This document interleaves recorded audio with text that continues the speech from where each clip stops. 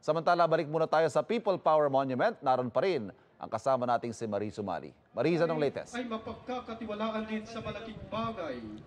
Ang magdaraya sa maliit na Evan, bagay wala ay pang alas magdaraya 10:30 din sa malaking ng umaga na magsimula nga Kung hindi itong kayo magpapatiwalaan misa sa mga kayamanan, dito sa may White saan Plains limutan Corner ito? EDSA. No? Sino ang At magtitiwala sa ito inyo pong ng tunay banal na na misa na kayamanan? ito ay pinangingunahan At kung mismo hindi kayo ng mapagkatiwalaan Diocese of sa Cubao kayamanan ng Bishop iba, na si Bishop sino Elias ang Ayuban. magbibigay sa At inyo makikita ng po natin na talagang para sa celebrated inyo? ito na napakaraming mga Walang pare mula sa makapaglilingkod diocese. ng sabay At sa sa mga Panginoon. sandali pong ito ay nasa gospel na po ang bahagi ng misa.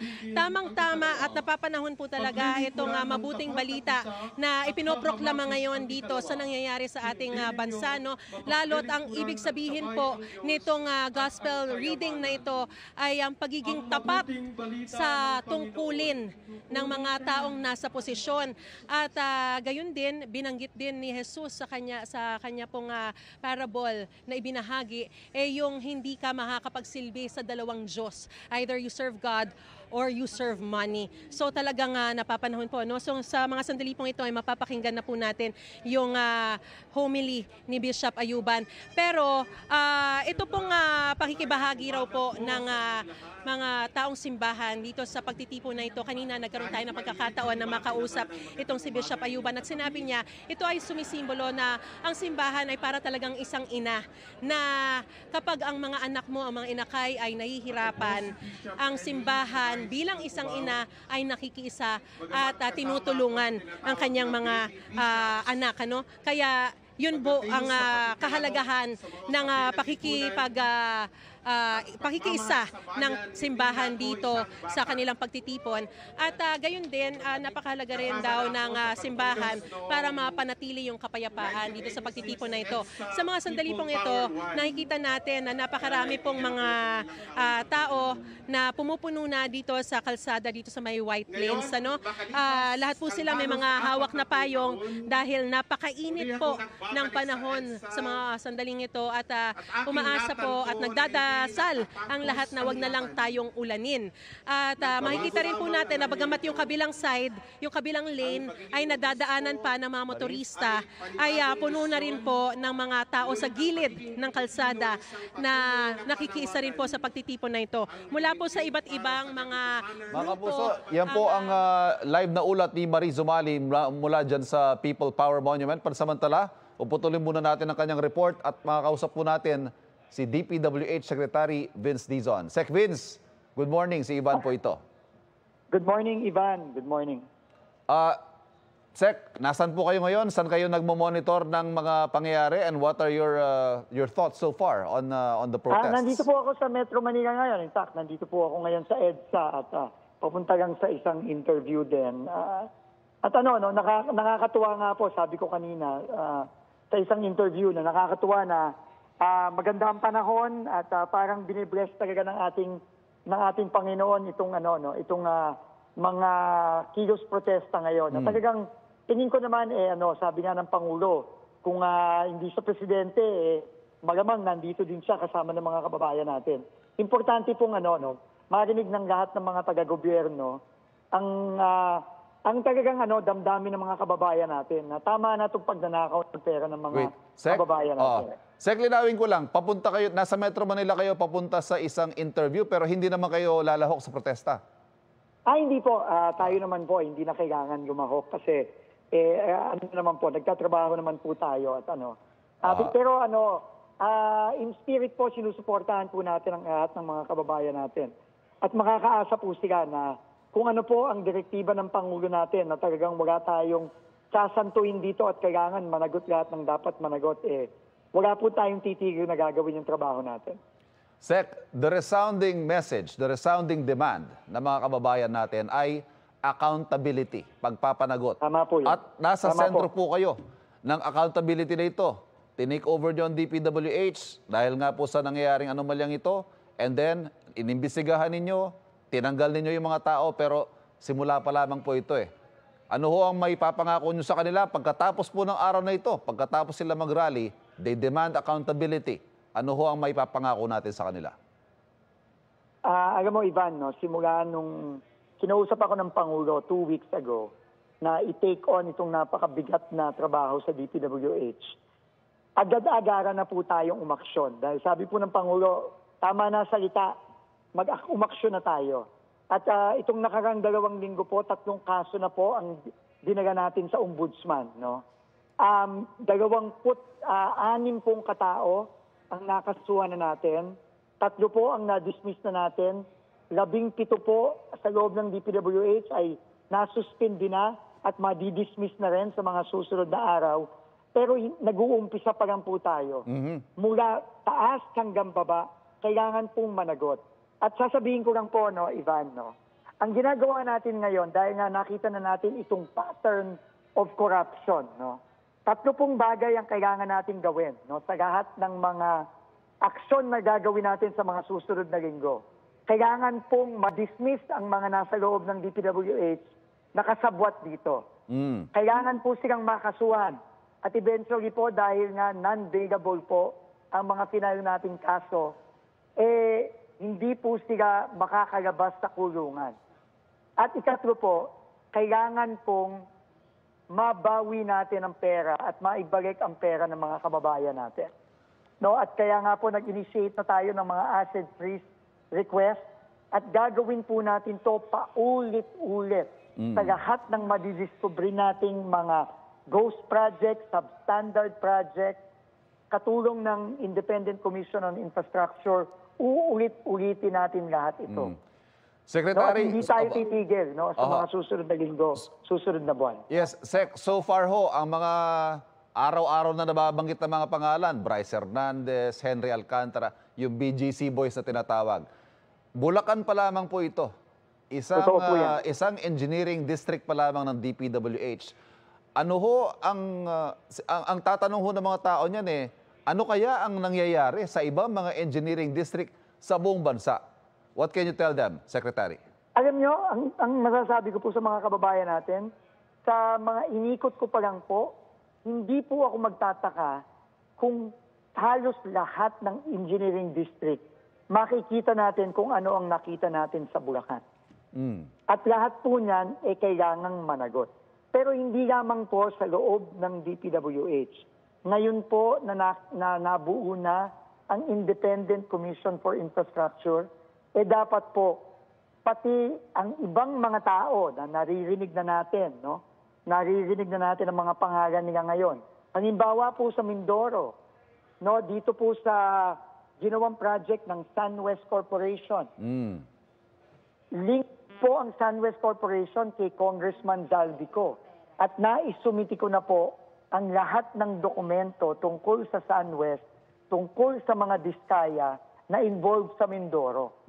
Nandiyan na po yan sa ICI at hindi po ako magtataka kung sa mga susunod na araw, susunod na linggo, makakasuhan na rin po ang mga ibang taong ito. At uulitin lang po natin ito.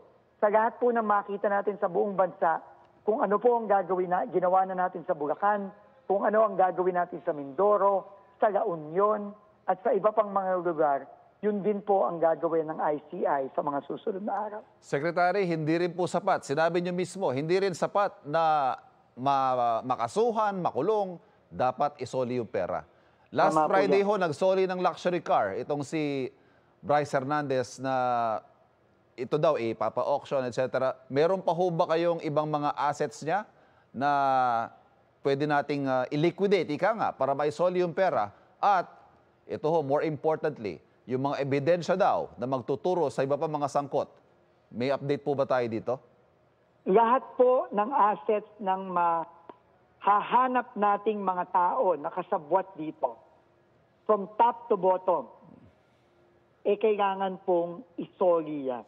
Kailangan pong ma-freeze yan, kailangan pong ma-isoli yan sa taong bayan. At yun po ang gagawin natin. Kung ano po ang ginawa natin dun sa Bulacan, sa pag-aksyon natin sa pag-freeze ng assets ng Anti-Money Laundering Council, sa pag-freeze po ng mga bahay at lupa, kotse, kung meron pong chopper yan o eroplano, kung meron pong mga yatian o barko, lahat po yan hahabulin natin. Wala pong sasantuin. Yun po ang sinabi ng Pangulo sa atin, yun po ang sinabi ng Pangulo sa ating mga kababayan. Secretary, so far sa mga undersecretaries ng department, ilan na ho yung tinanggap ninyo ang kanilang courtesy resignation? Isa po, pero marami na pong mga susunod ngayong araw. Pero uulitin ko po, hindi ibig sabihin na tinanggap ang courtesy resignation nila, hindi sila mananagot kung kailangan silang managot. Lahat po ito, wala tayong sasantuhin mula taas hanggang baba. Whether dating DPWH Secretary, dating DPWH USEC, DPWH ASEC, lahat po yan, kung ang ebidensya po tutumbok sa kanila, kailangan po silang managot. Secretary, hindi ho kaya maubos yung mga tao ninyo dyan sa DPWH? Baka naman ho hindi na maka-function yung department dahil nga kung paano ho kung lahat involved? Naniniwala naman po ako pa rin na marami dito maayos. Pero kung sino po ang dapat managot, kahit maubos na ang district engineers dito, meron naman po yung mga engineer dito. Yung mga maayos po dyan, ipopromote po natin. Pero wala po tayong pakialam na kung maubos po silang lahat. Kung saan po tayo dadali ng ebidensya, doon po tayo pupunta. Enough is enough na po, sabi nga ng Pangulo. Kailangan nang gawin itong cleansing na ito ngayon.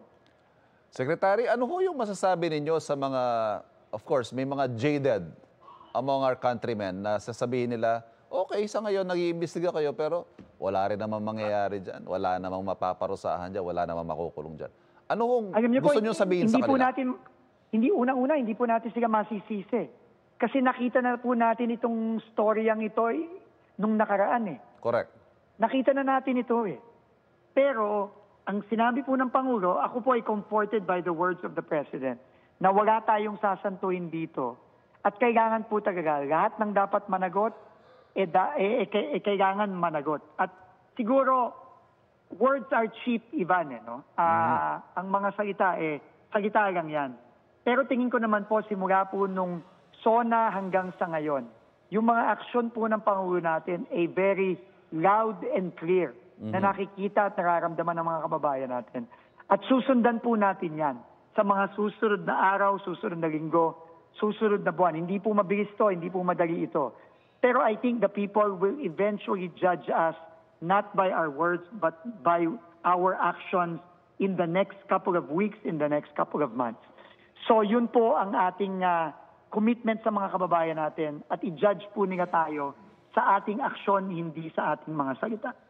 Secretary, nakausap niyo po ba ang Pangulo yesterday or today? Baka may instructions po siya sa inyo, especially with regard to this ongoing protest actions. Opo, nakasama ko po siya nung huli, nung Biyernes sa Pampanga, sa San Fernando. At paulit-ulit lang naman po siya. Kung saan dadalhin tayo ng ebidensya, doon tayo pupunta at pananagutin lahat ng dapat managot. Yun po, paulit-ulit po niyang sinasabi sa atin yan. Sec, nababanggit Kaya nyo, yun po ang ating susundin. Yes, kanina nabanggit ninyo in the next 2 weeks or the next months. So, bigyan nyo kami ng idea, Sec, ano ho ang tabayaran ng mga kababayan natin in the next 2 weeks? Lahat po ng ginawa na natin itong nakaraang 2 linggo, gagawin po natin ito paulit-ulit. Magdi-dismiss tayo, magtatanggal tayo sa trabaho, mag-file tayo ng kaso, magpapakulong tayo, at babawiin po natin ang pera ng bayan, ang pera ng mga kababayan natin. Magpapa-freeze po tayo ng assets at hahabulin po natin lahat yan. Paulit-ulit po natin gagawin ito. Okay. Secretary Vince Dizon, maraming salamat po sir sa pagtanggap sa tawag namin ngayong umaga. Patuloy po kaming makikibalita sa inyo dahil ang taong bayan po ay gusto ring tutukan ito ang pagpapanagot sa mga nasa likod ng katiwalian sa mga proyekto ng gobyerno. Thank you, sir. Trabaho lang po tayo, Ivan, at tuloy-tuloy lang po tayo dito. Nakausap po natin Secretary Vince Dizon ng Department of Public Works and Highways kung saan sinabi nga po niya ang kanyang commitment sa taong bayan ay patuloy nilang gagawin ang kanilang mga ginagawa sa nakalipas na mga linggo, magtatanggal na mga kawani ng DPWH, kakasuhan at hahabulin ang anumang dapat habulin at ibalik sa kaban ng bayan na kanilang ninakaw mula sa mga proyekto ng gobyerno. Ayan, nagpapatuloy po ang misa dyan sa People Power Monument kung saan po libu-libong tao na ang nagtitipon. Isa lamang po yan sa 2 malaking venue ng mga protesta ngayong araw na ito. Meron din pong kaparehong protestang nagaganap dyan naman sa bahagi ng Luneta sa Maynila. Mahigit 2,000 rin po ang mga nandyan sa Luneta at patuloy pang dumarami dahil nga po nakisama ang panahon ngayong araw na ito at walang ulan, maaliwalas ang panahon. Patuloy lang po ang pagdating yan. Nakikita naman natin ngayon sa ating mga screen, I think sa UP Diliman, nagkaroon din po ng mobilization yan. Nagtitipon yung mga kabataan, yung mga estudyante at magmamarcha para sumali sa mas malaking grupo na mga nagpoprotesta. Samot-saring grupo po ang nag-organisa ngayong araw nito. May mula sa simbahan, mula sa academe, mula sa mga civil society groups at syempre meron din mga ordinaryong mamamayan na nais lamang marinig ang kanilang tinig at idagdag ang kanilang tinig ng malakas na hiyaw para sa pananagutan dahil nga po sa mga maanumalyang proyekto sa flood control projects at gayon din sa iba pang mga proyekto ng gobyerno. Yan po nakikita natin mula sa Philippine Collegian Facebook page. Ayan, napakalaki na rin ang crowd dyan sa lungsod ng Maynila. Ayan, makikita natin pag sa Top Shot may mga pockets of people pero kanya-kanyang silong ho kasi. Dahil hindi sila nagtitipon-tipon sa isang lugar, kaya hindi makita ng maigi kung gaano talaga kalawak na ito mga tao. Pero dito sa kuha ng Philippine Collegian na ito ay makikita natin magkaka-idea tayo gaano nakakapal ang mga taong nagtitipon dyan sa Luneta.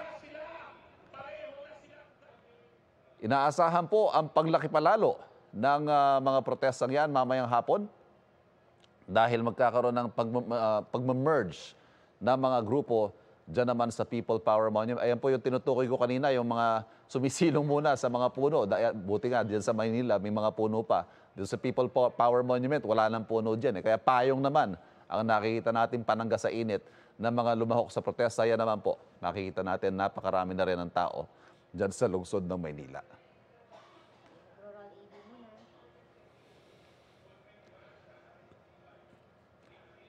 Mga kapuso, patuloy po rin po ninyong tinututukan ang protesta ng bayan, ang special coverage ng GMA Integrated News sa nagaganap ng mga protesta ngayong araw.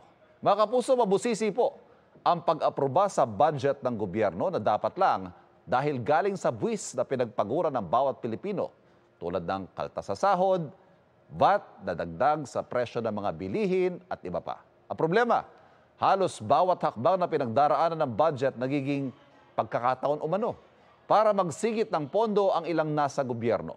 Pagkatapos, sila rin umano ang kukubra ng porsyento.